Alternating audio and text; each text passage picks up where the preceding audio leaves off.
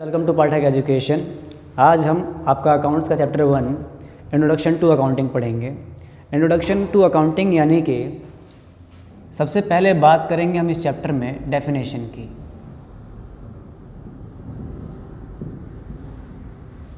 Definition यानी कि परिभाषा कि जो चीज़ हम पढ़ने जा रहे हैं असलियत में वो चीज़ है क्या। तो अकाउंटिंग की जो डेफिनेशन दी जाती है वो क्या है।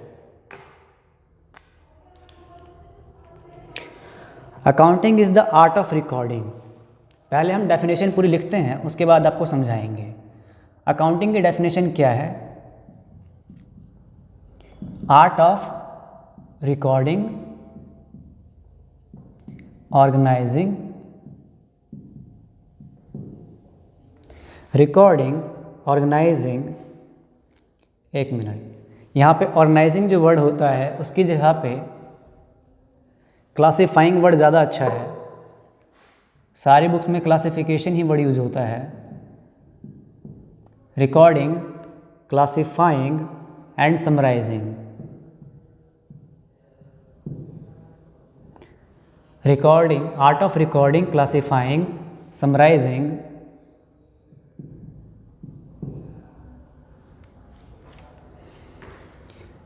इन significant manner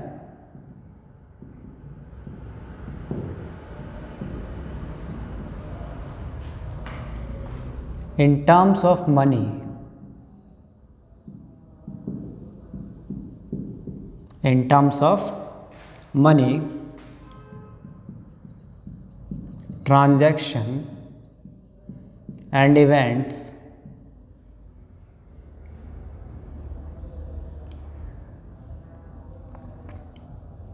which are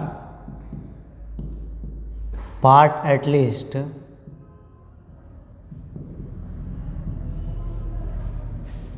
of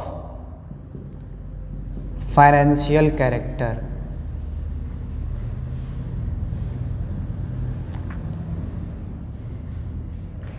and interpreting the result thereof। देखिए, डेफिनेशन को जो ब्रेक डाउन करके हम समझा रहे हैं, आपको याद नहीं करवा रहे हैं, क्योंकि जब आप समझ जाएंगे तो आपको याद करने की प्रॉब्लम नहीं होगी। आर्ट ऑफ रिकॉर्डिंग, आर्ट का मतलब क्या होता है, जहाँ पे कोई बुक्स होती है और हर किसी के पास वो नॉलेज हो और हर कोई उस नॉलेज को अपने अलग अलग तरीके से यूज़ करें। मान लीजिए कि ड्राइंग है, ड्राइंग हर किसी को आती है, लेकिन हर कोई जो ड्राइंग बनाता है, पेंटिंग बनाता है, वो अलग अलग तरीके से सबकी पेंटिंग होती है। इसीलिए हम यहाँ पे बात करेंगे सबसे पहले आर्ट की। एक बुक होती है अकाउंट की, और अकाउंटिंग का यूज़ हर पर्टिकुलर पर्सन जो होता है वो अलग अलग तरीके से करता है। तो अकाउंटिंग एक आर्ट है, किस चीज़ की, रिकॉर्डिंग की। यहाँ पे चीज़ें क्या करी जाती हैं आपकी, सबसे पहले रिकॉर्ड करी जाती है। Art of recording, classifying, record करने के बाद आप उसको क्या करते हैं, क्लासिफाई करते हैं।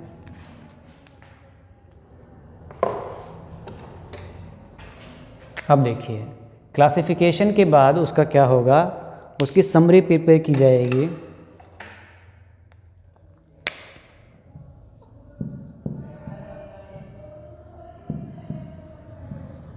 क्लासिफिकेशन के बाद समरी प्रिपेयर की जाएगी इन significant manner in terms of money. और जो भी आप अकाउंट में रिकॉर्ड करते हैं वो किस में होना चाहिए, आपके टर्म्स ऑफ मनी। वो सबकी सब चीज़ें आपकी पैसों में तोली जानी चाहिए, टर्म्स ऑफ मनी में होनी चाहिए। और हम यहाँ पे सिर्फ क्या रिकॉर्ड करते हैं, ट्रांजैक्शन एंड इवेंट्स। यानी कि जो पर्टिकुलर ट्रांजैक्शन होंगे, जैसे कि सेल परचेज, ये आपके ट्रांजैक्शन होते हैं।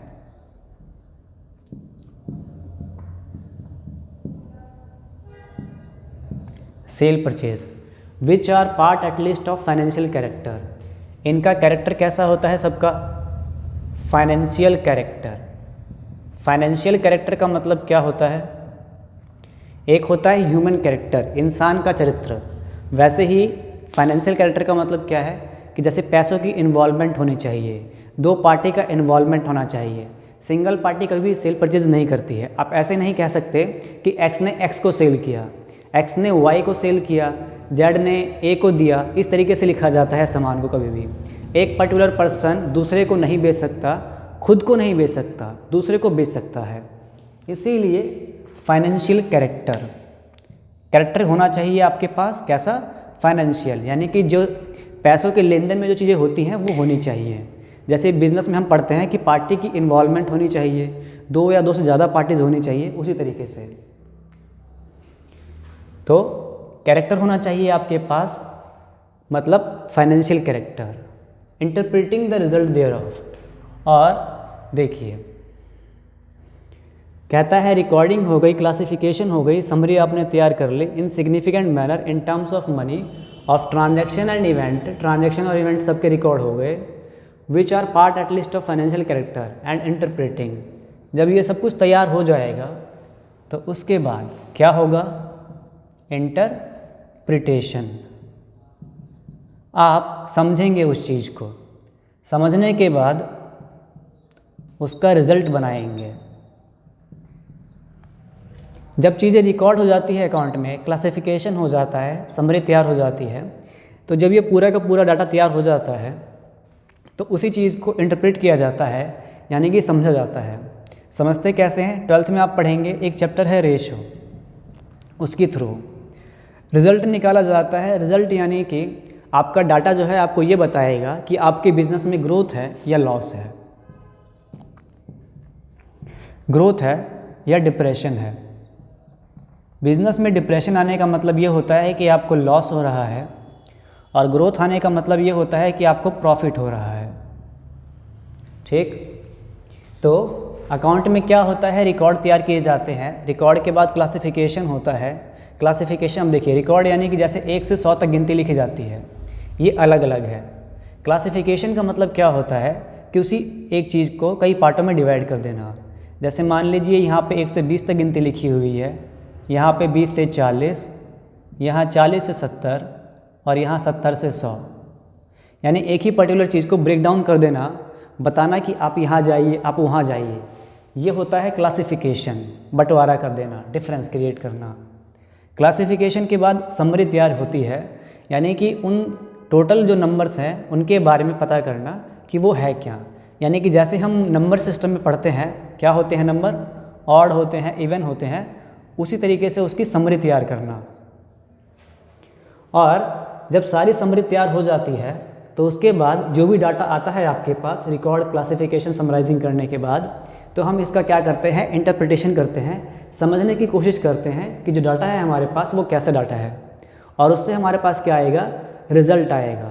फाइनल रिजल्ट जो आता है उससे हमें ये पता चलता है कि मार्केट में ग्रोथ है या डिप्रेशन है, प्रॉफिट हो रहा है या लॉस हो रहा है। तो बेसिक डेफिनेशन में आपको 3 बातें याद रखनी पड़ेंगी। कौन सी? रिकॉर्डिंग, क्लासीफाइंग और समराइजिंग, ये 3 पॉइंट इंपॉर्टेंट हैं। उसके बाद हम किसकी तैयार करते हैं? Summary, classification, record. हर कैरेक्टर होना चाहिए, एक फाइनेंशियल कैरेक्टर होना चाहिए। हम किसका फाइनेंशियल कैरेक्टर देख रहे हैं यहाँ पे? ट्रांजैक्शन और इवेंट्स का। और ट्रांजैक्शन और इवेंट्स किस में होने चाहिए? आपके मनी की इन्वॉल्वमेंट होनी चाहिए, पैसों में तोले जाने चाहिए। अगर पैसों में वैल्यू नहीं है, मान लीजिए हम ये कहते हैं X sold goods to Y, अब यहाँ पे ₹100 लिखा होगा, 1000 लिखा होगा, कुछ भी लिखा होगा, तब तो ये ट्रांजैक्शन माना जाएगा। लेकिन अगर यहाँ पे सिर्फ इतना लिखा हुआ है, X sold goods to Y, तो ऐसे केस में ये ट्रांजैक्शन या इवेंट नहीं है। ये इवेंट हो सकता है, लेकिन यहाँ पे इसको रिकॉर्ड नहीं किया जाएगा। रिकॉर्ड क्यों नहीं किया जाएगा? क्योंकि यहाँ पे मनी का इन्वॉल्वमेंट नहीं है। ठीक है,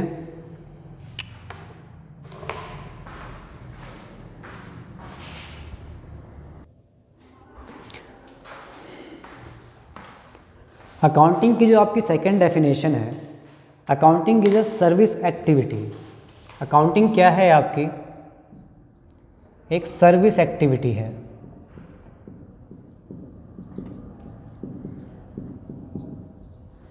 अकाउंटिंग एक सर्विस एक्टिविटी है। Its function is to provide quantitative information, ये एक सर्विस एक्टिविटी है जो कि कैसी इन्फॉर्मेशन देती है, quantitative information.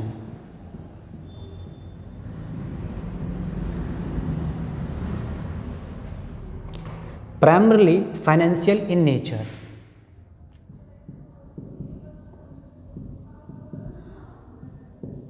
Primarily financial in nature. Nature कैसा होगा? प्राइमरली फाइनेंशियल, यानी कि कैश की इन्वॉल्वमेंट होनी, मनी की इन्वॉल्वमेंट होनी बहुत ज़रूरी है। About economic entities. एंटिटी कैसी होगी आपकी? इकोनॉमिक एंटिटीज़, यानी कि ऐसे बिजनेस जिनमें प्रॉफिट इन्वॉल्व नहीं होता उनको रिकॉर्ड नॉर्मली नहीं किया जाता, बट उनको भी रिकॉर्ड किया जाता है। That is intended to be useful in making economic decision. और यहाँ पे हम क्या लेते हैं? Economic decision.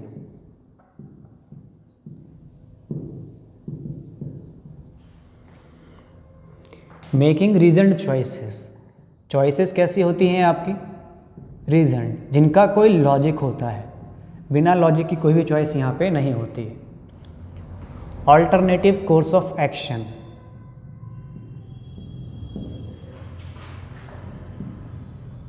कैसे कैसे सेम काम को किया जा सकता है उसके बारे में, यानी कि सेल परचेज जो होती है वो एक ही सेल परचेज कई तरीके से की जा सकती है, उसके बारे में।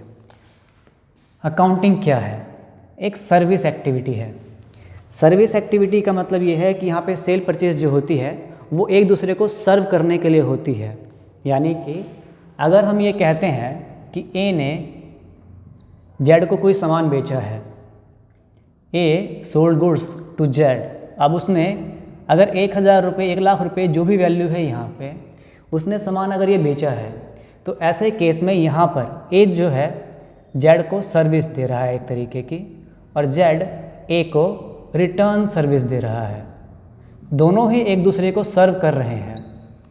ए जेड को सर्व कर रहा है और जेड ए को सर्व कर रहा है। दोनों ही एक दूसरे के मालिक हैं और दोनों ही एक दूसरे के नौकर भी हैं सेम सिचुएशन में। क्योंकि ए ने जेड को सर्विस दी सामान को सेल करके, तो जेड ने मनी दिया, उसको पैसा दिया रिटर्न सर्विस के तौर पे। इसीलिए यहाँ पे ये एक सर्विस एक्टिविटी है। क्वांटिटिव इन्फॉर्मेशन, यानी कि इन्फॉर्मेशन जो होती है वो क्वांटिटी में दी जाती है। क्वांटिटी का मतलब क्या होता है कि जैसे 1,000 किलो, यहाँ पे एक क्वांटिटी फिक्स है। जैसे ह्यूमन नेचर होता है, you are good, you are bad, आप अच्छे हैं या बुरे हैं, उसकी क्वांटिटी नहीं होती है, वो क्वालिटी होती है। एक चीज़ होती है क्वालिटी। क्वालिटी क्या होती है? Good, bad. अब ये जो गुड बैड की क्वालिटी है वो किसी इंसान में वो गुड है या बैड है आप कैसे बता सकते हैं?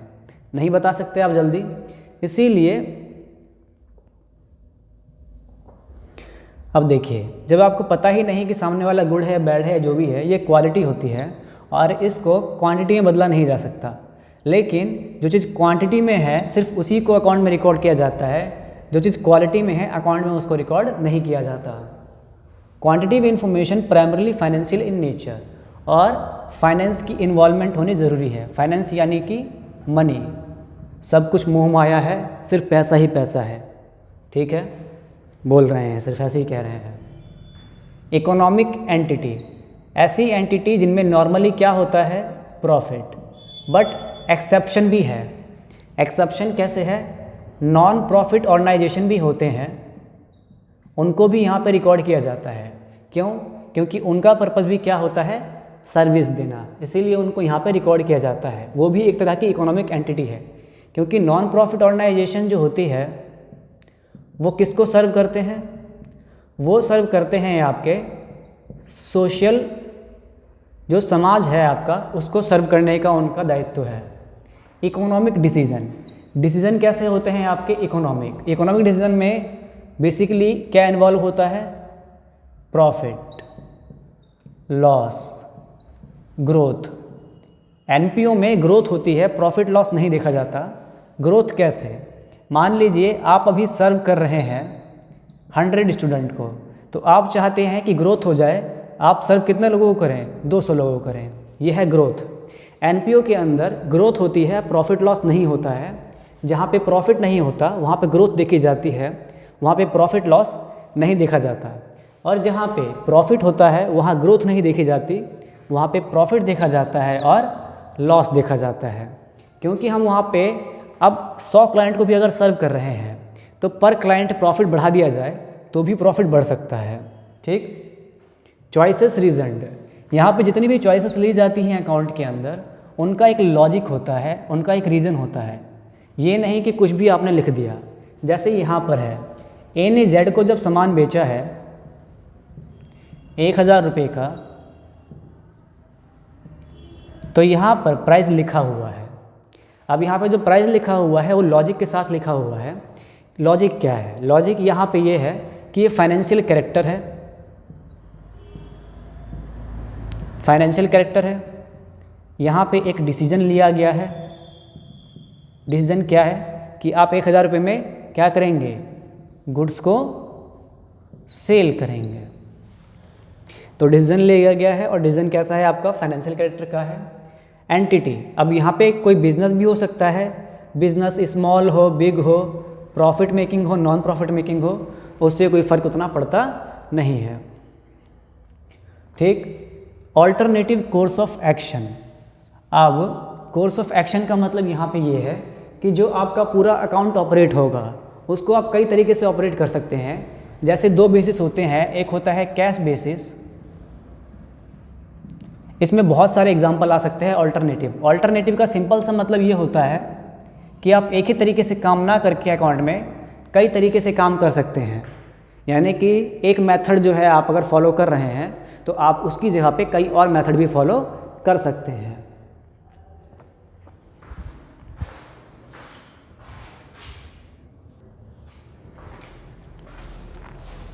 अकाउंटिंग की आपकी जो थर्ड डेफिनेशन है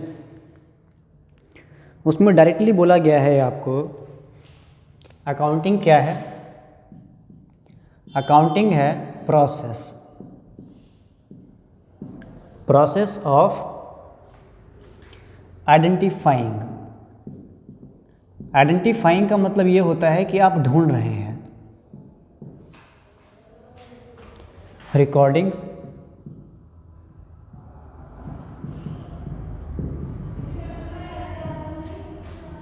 classifying,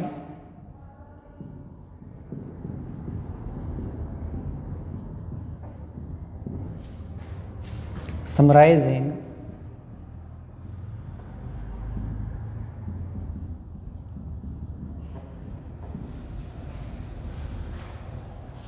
interpreting,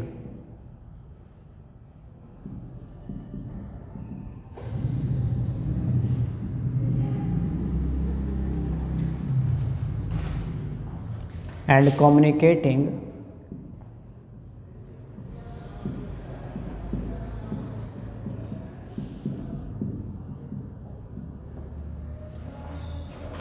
financial information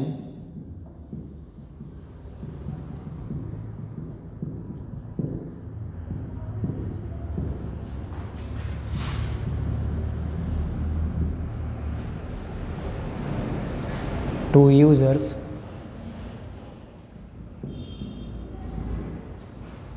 for judgment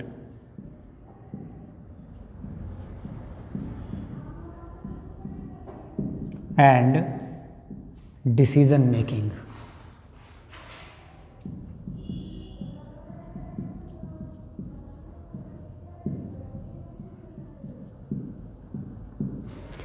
अब देखिए इस डेफिनेशन में बहुत सारे वर्ड हैं आपके, सारे वर्ड्स को समझिए क्या कह रहा है।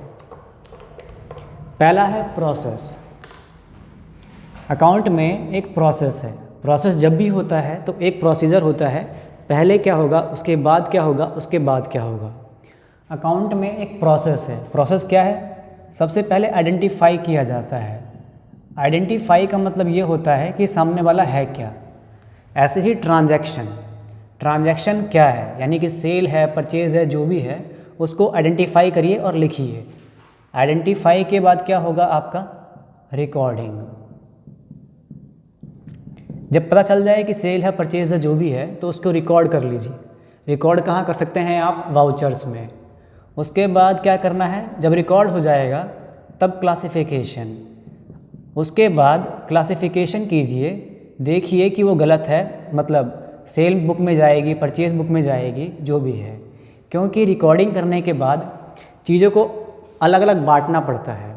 अलग अलग बांटने का मतलब ये है कि बुक्स जितनी भी बनी होती हैं आपके पास, सब्सिडरी बुक्स हैं या कैश बुक है, उनमें अलग अलग डालना पड़ता है उसको। जब क्लासिफिकेशन होता है, यानी कि चीज़ें बढ़ जाती हैं आपस में, डिफरेंस हो जाता है, तो उसके बाद एक समरी क्रिएट करनी पड़ती है। यानी कि सबको अगर सिंपली ब्रीफ में समझाना हो तो समरी क्या है, समरी बतानी पड़ेगी सामने वाले को। और जब समरी पूरी की पूरी तैयार हो जाए, आइडेंटिफिकेशन हो जाए, यानी पता चल जाए आपको क्या है, कहाँ रिकॉर्ड किया,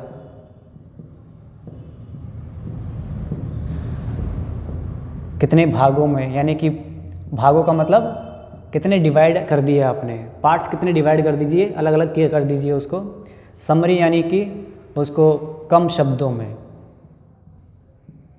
कोई व्यक्ति होता है जो बहुत बोलता है और कोई होता है जो 2-3 सेंटेंस बोले, पूरी क्लास मतलब चुप। यानी कि पूरी क्लास में बहुत शोर शराबा हो रहा था, एक लड़का आया, उसने 3 वर्ड बोले, बस हो गया। तो वो 3 वर्ड क्यों बोले उसने? क्योंकि उसने सबको एक समरी पकड़ा दी। आइडेंटिफिकेशन, रिकॉर्डिंग, क्लासिफिकेशन और समरी। समरी जब हो जाएगी तो ये पूरा प्रोसेस एक तरीके से हो गया। उसके बाद जो रिज़ल्ट आएगा उसको क्या करना है? इंटरप्रिटेशन, कि वो जो प्रोसेस था, इस प्रोसेस से आपने क्या सीखा।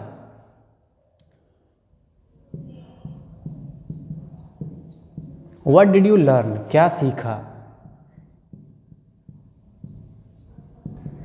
इंटरप्रिटेशन समझिए कि क्या आया रिजल्ट है आपका। इंटरप्रेटिंग एंड कम्युनिकेटिंग, जब भी आपके पास रिजल्ट आता है, जो भी रिजल्ट आएगा आपका, इंटरप्रिटेशन ऑफ रिजल्ट, जो आपके पास रिजल्ट आएगा, चाहे वो प्रॉफिट हो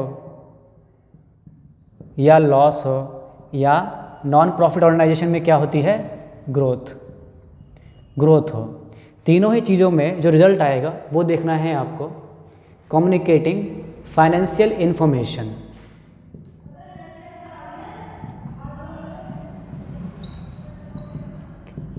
फाइनेंशियल इंफॉर्मेशन, ये जो पूरी की पूरी इंफॉर्मेशन है वो कैसी होनी चाहिए? फाइनेंशियल इंफॉर्मेशन होनी चाहिए। और क्या करना है आपको? कम्युनिकेट करना है।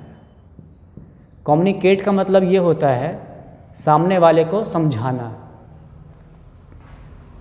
समझाइए।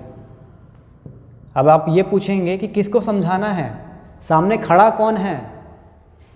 Communicating financial information to users, किसको समझाना है? यूज़र्स को। कौन है आपके यूज़र? 2 तरह के यूज़र होते हैं, एक होते हैं इंटरनल यूज़र और दूसरे होते हैं एक्सटर्नल यूज़र।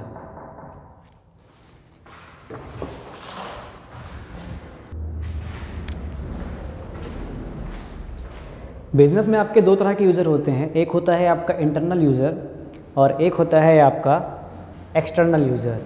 इंटरनल यूज़र जो होते हैं आपके, वो बिज़नेस में होते हैं, यानी जो भी बिज़नेस कर रहे हैं आप, जो भी ऑर्गेनाइजेशन है आपका, उस ऑर्गेनाइजेशन के अंदर के लोग जो हैं उन्हें कहते हैं इंटरनल यूज़र।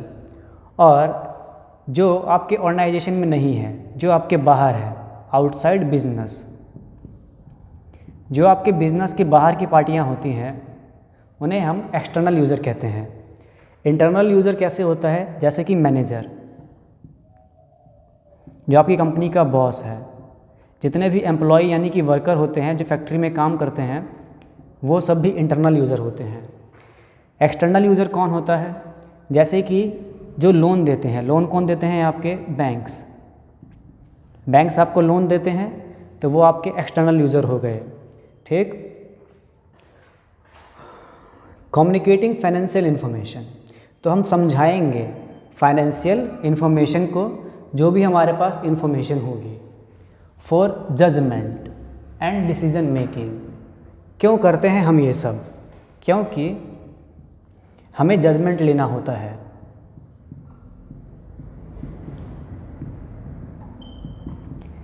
जजमेंट का मतलब होता है निर्णय, यानी कि क्या किया जाए, करना क्या है, क्या करना है आपको।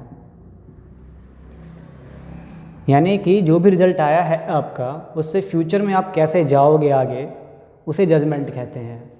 एंड डिसीजन मेकिंग, और उससे फाइनली आपको डिसीजंस लेने होते हैं।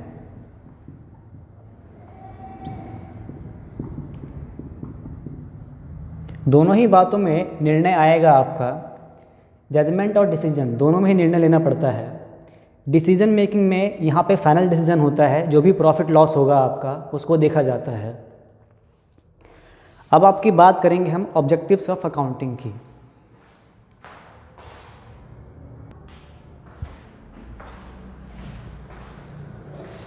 ऑब्जेक्टिव्स ऑफ अकाउंटिंग, अकाउंटिंग हम करते क्यों हैं। मेंटेनिंग अकाउंटिंग रिकॉर्ड्स, हम क्या करते हैं, हमारे ऑब्जेक्टिव क्या है अकाउंट के अंदर। Objective number 1, maintaining accounting records. Second objective है आपका calculation, calculating profit loss. Third, ascertain financial position. 4, provide information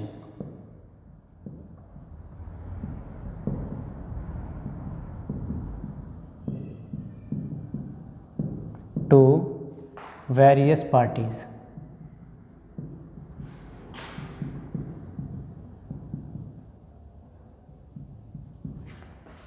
fifth,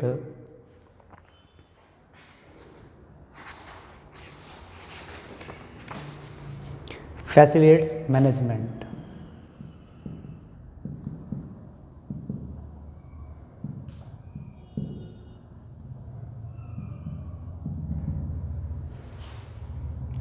देखिए, आपके 5 ऑब्जेक्टिव है अकाउंट में। पहला ऑब्जेक्टिव है आपको अकाउंटिंग रिकॉर्ड मेंटेन करने हैं। अकाउंटिंग रिकॉर्ड हम क्यों मेंटेन करते हैं, हमारी बुक्स जो होती हैं, क्योंकि हमें बुक्स कैसे प्रिपेयर करनी है, एक सिस्टम के तहत प्रिपेयर करनी है। बुक्स हमारी सिस्टम के तहत प्रिपेयर होनी चाहिए और कंप्लीट होनी चाहिए। सिस्टम के अकॉर्डिंग हमारी बुक्स होनी चाहिए, और बुक्स कैसी होनी चाहिए, हमारी कंप्लीट होनी चाहिए। स्पेसिफाइड प्रिंसिपल एंड रूल्स, हमें क्या फॉलो करने हैं, हमें फॉलो करने हैं प्रिंसिपल्स एंड रूल्स। प्रिंसिपल और रूल जितने भी आप अकाउंट्स के अंदर पढ़ेंगे, उन सबको फॉलो करते हुए आपको अपनी बुक्स बनानी है। और बुक्स कैसे बनानी है, सिस्टम के तहत और कंप्लीट बुक बनानी है। यानी कि अगर कोई भी, जैसे कैश बुक है, सब्सिडरी बुक्स है, तो ऐसे नहीं करेंगे कि कैश बुक बना ली सब्सिडरी नहीं बनाई। दोनों बुक अगर साथ में बनी हुई हैं तब उसे बोला जाता है कंप्लीट, और अगर वो एक भी बुक अगर मिसिंग है उसमें से तो वो इनकम्प्लीट होगी। सिस्टम के अकॉर्डिंग, यानी कि जो पूरा प्रोसेस है, voucher, journal, cash book, ledger पहले आता है, उसके बाद कैश बुक और ये सब जितनी बुक्स बनेगी वो सब, फिर trading profit and loss account, balance sheet, पूरा का पूरा सिस्टम के तहत काम होना चाहिए, कंप्लीट काम होना चाहिए। किसको फॉलो करते हुए, प्रिंसिपल और रूल्स को फॉलो करते हुए। उसके बाद to avoid the possibility of omission and fraud, हमें क्या अवॉइड करना है, क्या नहीं करना, हमें एरर नहीं करनी है एंड फ्रॉड, हमें अवॉइड करना है किसको, एरर एंड फ्रॉड को।